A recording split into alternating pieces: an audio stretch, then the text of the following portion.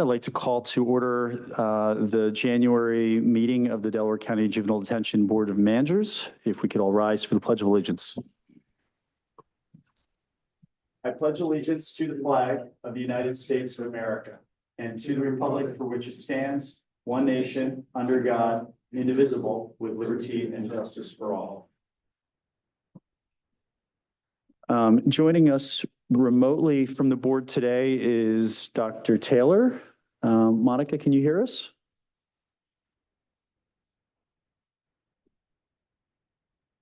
Dr. Taylor? Yes. Hello, everyone. Try that one more time. I think we had an audio-visual issue here, Monica. Yes. Hello. Can you hear me? Can. Thank you. And then another housekeeping matter. We did have an executive session. What day was that? That would have been January the 16th that covered matters of public safety. And with that, we can move on to the next item on our agenda for today, which would be the first round of public comment, which as always covers only items that are specifically on our agenda. If there are any members of the public who would like to address the board, please do so at this time. Hearing none, we can move on to an approval of the minutes from December's meeting. Is there a motion to approve? So moved. Second. We have a motion and a second. Any questions or comments on the minutes? Hearing none, all in favor? Aye. Aye. Any opposed? The ayes have it. And with that, we can move on to our reports for the day, the first of which is the monthly detained youth report from the Juvenile Court and Probation Services. Who would be covering that today? Is Director DiMatteo, are you covering? Yes, good evening. Good evening. We have 3 juveniles in detention, 1 in Chester County, 2 in Chester County, 1 male, 1 female, and 1 in Adelphi Village, 1 male. We have 7 direct files. 3 males are at Delaware County Jail. 1 female is at the Pennsylvania SCI. 2 are at George Jr. in the juvenile facility, and 1 at Abraxas in the juvenile facility. All right. Any questions from board members for Director DiMatteo? No. Okay. Hearing none, we can move on to report. Good evening, everyone. Our report for this month is kind of short.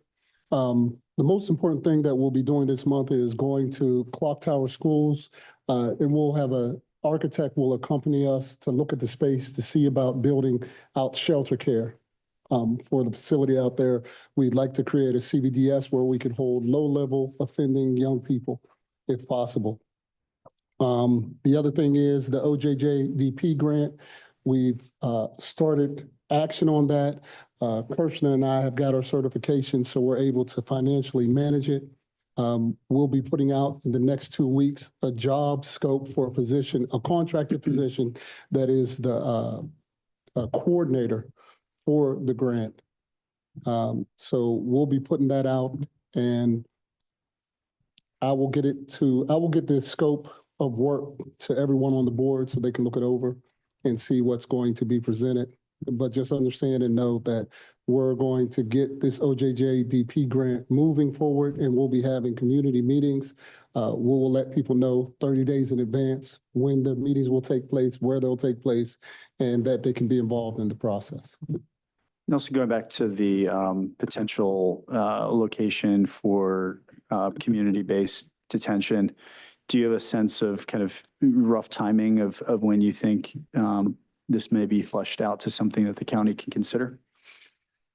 I think we can have a clear understanding of the possibilities, the number of spaces that we'd be able to have, the programming that we would need. In the next 2 months, we could have a clear understanding of what it would take, how many people we would need to hire, and what that hiring process would take, understanding that we have to have 6 weeks of training for all our staff before they can interact with young people according to 3,800 regs. So in 2 months, we could have an understanding, but beyond that, it would be at least another 3 to 4 months depending on how much structural change would have to occur in the facility.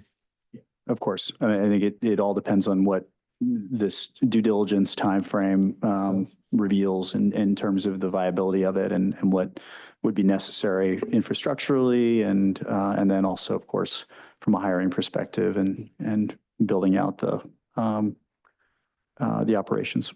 Yes. That's. Yeah, questions for Mr. Walker? Yes, I'm interested in going to Clock Tower, and the reason is that when I was a judge, I made a pledge that I try to go to every place I would send a youth to.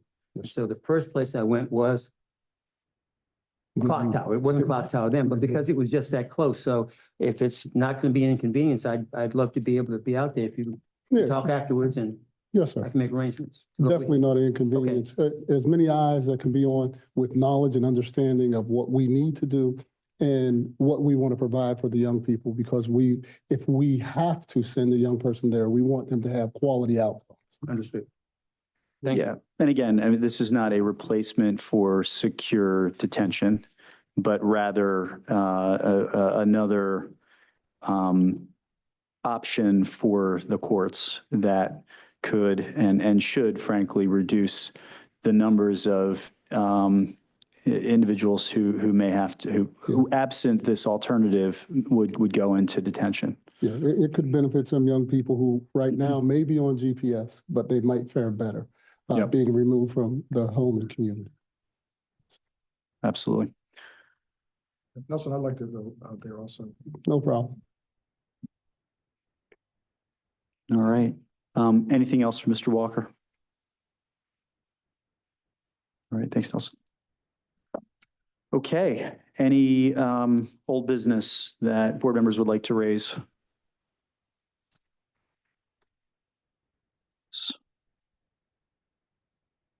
If not, we'll move on to public comment. I see anyone who is looking to speak. And so we'll go to any final board member thoughts for today. Any comments from board members? Hearing none, I'll entertain a motion to adjourn. So moved. Is there a second? Motion and a second. All in favor? Aye. Aye. Any opposed? We are adjourned. All right. Thank you all. Thank you.